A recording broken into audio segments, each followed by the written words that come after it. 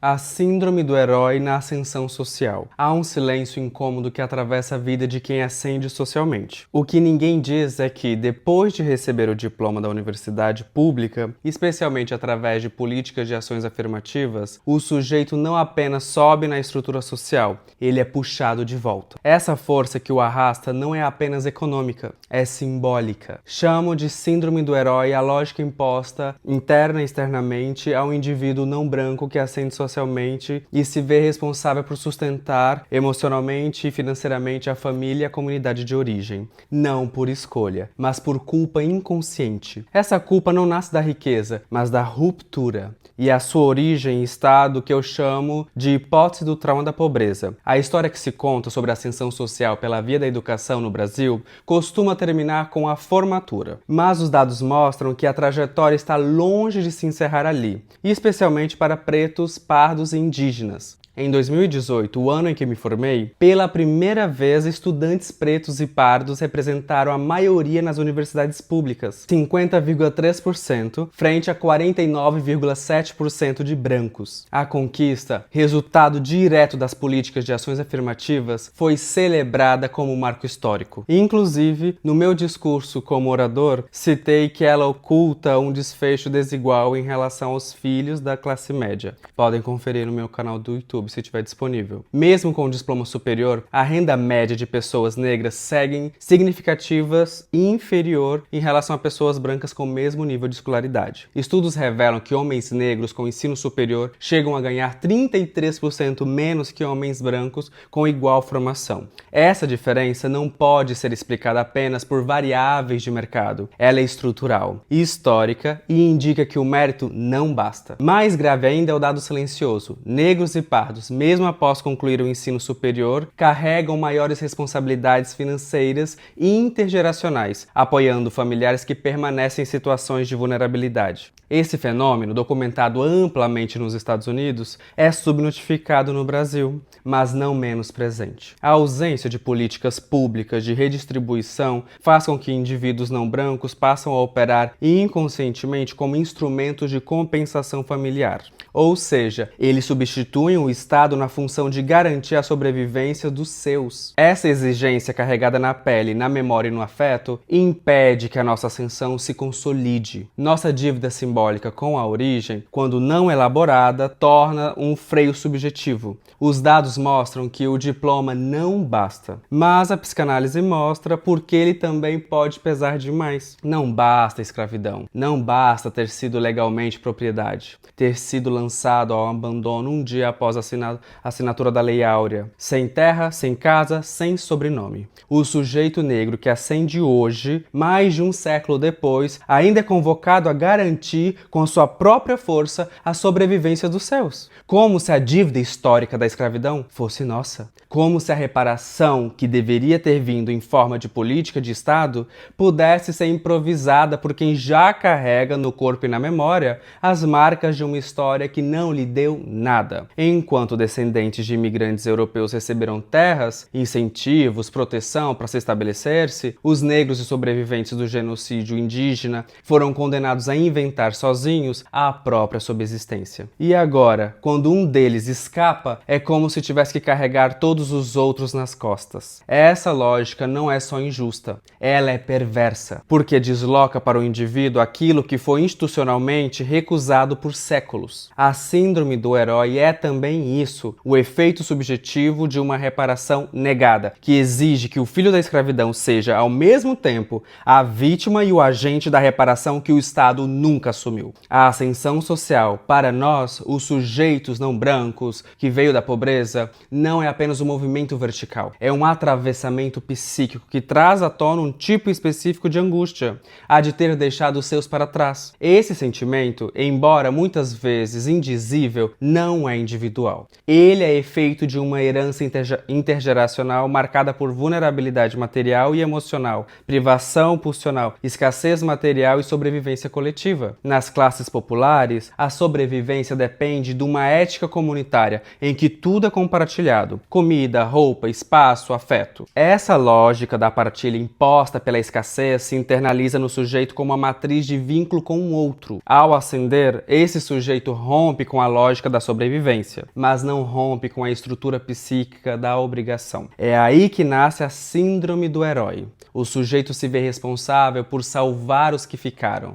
Esse processo não é consciente nem voluntário. Trata-se de uma imposição superegóica, um imperativo interno que carrega o peso do que a estrutura social, com o engodo do pacto social, deixou de fazer. A função redistributiva do Estado é deslocada para o indivíduo, que internaliza a ideia de que é nossa obrigação garantir o bem-estar da família de origem, mesmo que isso signifique sacrificar o nosso próprio processo de consolidação de classe. O que deveria ser um tempo de construção, de estabilidade, de futuro, de projetos, de saúde psíquica, se converte para muitos de nós em um tempo de endividamento simbólico e material. O sujeito ascendente, em vez de investir na consolidação da sua nova posição, paga com culpa a ruptura com a origem, como se cada conquista fosse também uma traição. O resultado é uma ascensão precária, interrompida, marcada por sofrimento e autossabotagem. Muitos, diante da impossibilidade de corresponder à expectativa de todos, optam por não consolidar sua ascensão. Fracassam no triunfo para não serem vistos como egoístas e traidores ou ingratos. O que está em jogo aqui não é a escolha de ajudar ou não,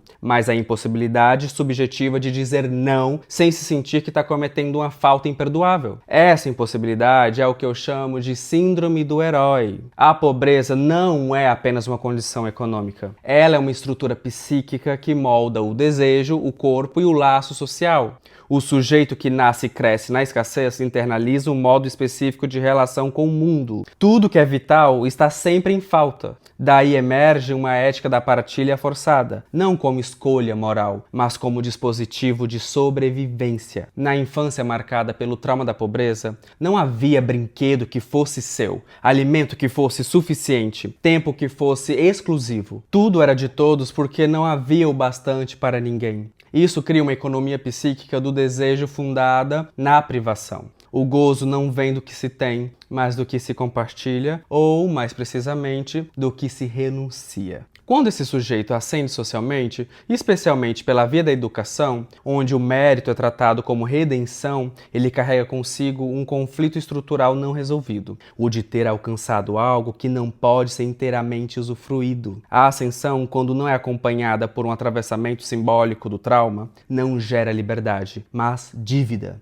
A dívida não é com o Estado, nem com Deus, mas com os que ficaram, os irmãos, os pais, os primos, os vizinhos, os fantasmas. Essa é a função inconsciente da síndrome do herói. Ela impede que o sujeito consolide a sua nova posição para que ele permaneça parcialmente implicado na lógica de origem. Como se dissesse, se eu tiver sucesso demais, eles não vão me reconhecer. Ou pior, se eu for feliz, eles me esquecerão. É aí que podemos afirmar que a hipótese do trauma da pobreza se confirma no depois da ascensão, quando emergem as neuroses de classe. A particularidade dessas neuroses no contexto brasileiro, entendidas como o conflito entre o lugar de origem pobre e a nova posição social, revela a marca da escravidão que atravessa a nossa subjetividade. Trata-se de uma fidelidade silenciosa ao sofrimento, onde a conquista, sob o discurso meritocrático, só aparece legítima quando é alcançada por meio da dor no corpo e no sofrimento psíquico.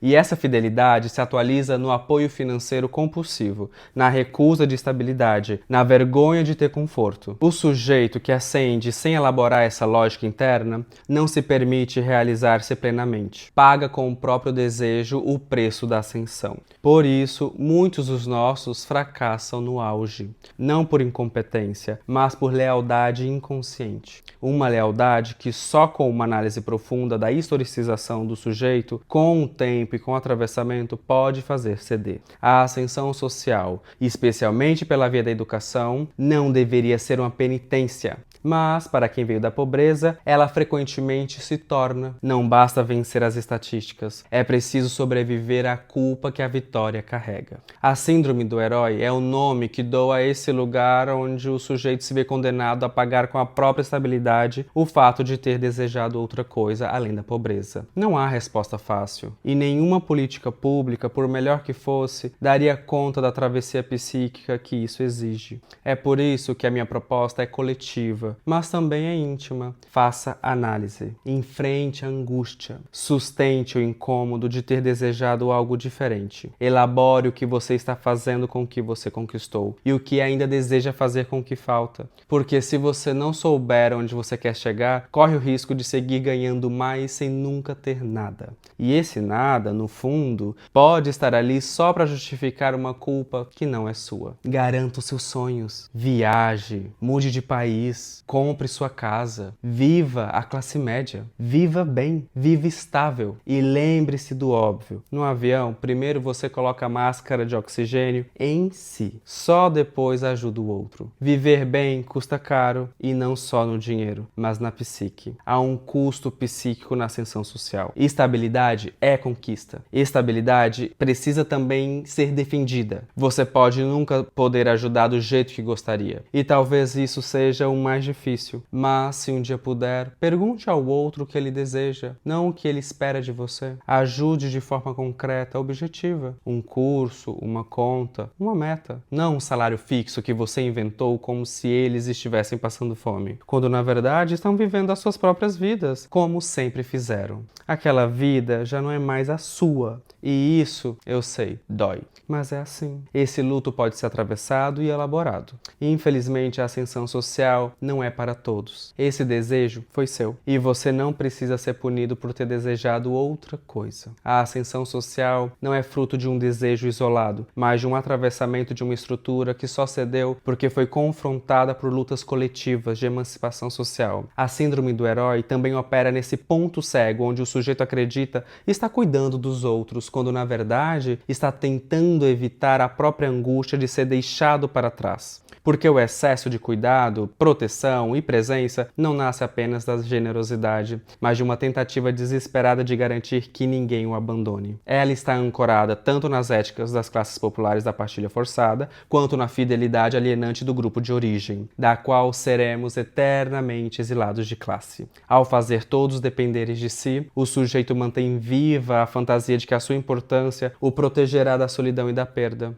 É assim que a bondade vira moeda afetiva, o modo de barganhar amor por meio da utilidade. Dentro da estrutura discursiva da síndrome, isso se traduz na necessidade de salvar a família de origem para assegurar que, mesmo tendo ascendido, ele não será visto como um traidor. No fundo, a entrega sem limites não é altruísmo, mas é um modo encontrado para sobreviver à culpa e sustentar um vínculo com aqueles que não puderam subir junto. Ter chegado até aqui já foi quase o impossível. Você sabe das suas renúncias. Não permita que a culpa arruine aquilo que custou séculos para começar a ser possível. Meu nome é Caliton, eu sou psicanalista. Ficamos por aqui.